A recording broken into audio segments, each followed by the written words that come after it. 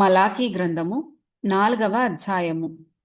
ఏలయనగా నియమింపబడిన దినము వచ్చుచున్నది, కొలిమి కాలునట్లు అది కాలును.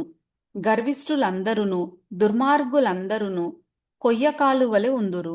వారిలో ఒకనికి వేరైనను చిగురైనను లేకుండా రాబోవు దినము అందరినీ కాల్చివేయునని సైన్యములకు అధిపతియగు యెహోవా సెలవిచ్చుచున్నాడు.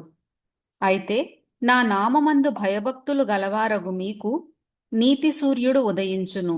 అతని రెక్కలు ఆరోగ్యము కలుగజేయును గనుక మీరు బయలుదేరి క్రొవ్విన దూడలు గంతులు వేయునట్లు గంతులు వేయుదురు. నేను నియమింపబోవు దినమున దుర్మార్గులు మీ పాదముల క్రింద ధూళివలె ఉందురు. మీరు వారిని అణగద్రొక్కుదురని సైన్యములకు అధిపతియగు యెహోవా సెలవిచ్చుచున్నాడు. హోరేబు కొండమీద ఇశ్రాయేలీయులందరి కొరకై నేను నా సేవకుడైన మోషేకు ఆజ్ఞాపించిన ధర్మశాస్త్రమును దాని కట్టడలను విధులను జ్ఞాపకము చేసుకొనుడి. యెహోవా నియమించిన భయంకరమైన ఆ మహాదినము రాకమునుపు నేను ప్రవక్తయగు ఏలీయాను మీ యొద్దకు పంపుదును.